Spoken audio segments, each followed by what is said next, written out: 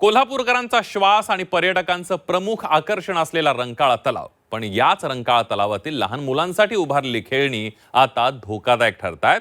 कोट्यवधी रुपये खर्चून सुशोभीकरण केलं, मात्र मुलांच्या सुरक्षिततेकडे दुर्लक्ष करण्यात आलंय. तुटलेली खेळणी, घसरगुंडीला वाळूचा अभाव आणि खड्डे यामुळे अनेक लहान मुलं जखमी होत आहेत. बघूयात. रात्रीच्या अंधारात मुंबईच्या मरीन ड्राईव्हची झलक दाखवणारा हा कोल्हापूरचा ऐतिहासिक रंकाळा तलाव. आई अंबाबाईचं दर्शन आणि त्यानंतर रंकाळा परिसरात फेरफटका मारणं हा पर्यटकांचा ठरलेला कार्यक्रम. हजारो कोल्हापूरकर इथे मोकळा श्वास घेण्यासाठी येतात. त्यांच्यासोबत लहान मुलं सुद्धा असतात आणि म्हणून त्यांना खेळण्यासाठी घसरगुंडी, झोपाळे उभारले. पण हीच खेळणी आता जीवघेणी ठरतायत. काही खेळणी तुटलेली आहेत, तर अनेक ठिकाणी सुरक्षिततेसाठी आवश्यक वाळूच नाहीये. घसरगुंडीखाली खोल खड्डे पडलेले आहेत आणि त्यामुळे खेळातून आनंद मिळण्यापेक्षा मुलांना दुखापत होते. ही दृश्य पाहिल्यानंतर महापालिका आणि लोकप्रतिनिधी नेमकं काय करतायत असा सवाल उपस्थित केला जातोय. घसरगुंडी पाहिली की मुलं पालकांचं न ऐकता खेळायला येतात आणि त्यामुळे पालकांचा जीव टांगणीला लागलाय. यापूर्वीही अनेक मुलं जखमी झाली आहेत, पण प्रशासनाचं मात्र दुर्लक्ष कायम आहे. आज मी आलेले माझ्या मुलग्याला घेऊन, 6 वर्षाचा आहे तो.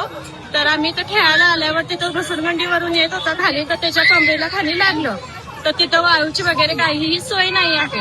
आणि दुसरं बघितलं तर घसरगुंडी वगैरे इथं आहेत, ते पण कुठेतरी फाटलेले आहेत. तिथे तर त्याचे बाहेर तुकडे वगैरे आलेले आहेत, ते पण मुलांना घासू शकतंय. त्याच्यामुळे महानगरपालिकेने ते लक्ष द्यावे. घसरगुंडी वगैरे सगळी जरा नवीन बसवून वाळू वगैरे सगळं व्यवस्थित टाकून जायला पाहिजे. रंकाळा सुशोभीकरणाच्या नावाखाली कोट्यवधी रुपये खर्चिले गेले, परंतु मुलांच्या सुरक्षेकडे मात्र पूर्णतः दुर्लक्ष झालंय. दृश्यांमध्ये विकास दिसतोय, पण सुरक्षेचं काय? मुलं पडली तर लागू नये म्हणून वाळू असावी, अशा साध्या गोष्टीही असू नयेत, असा संताप कोल्हापूरकर व्यक्त करतायत. आम्ही इथे लहान पोरांनी घेऊन खेळायला आलतो. त्यात तुम्ही बघू शकताय की तिथं सिमेंट आहे. पोरं वरनं आल्यानंतर त्यांना लागा लागेल. तर इथं महानगरपालिकेचं इथं दुर्लक्ष आहे पूर्णपणे.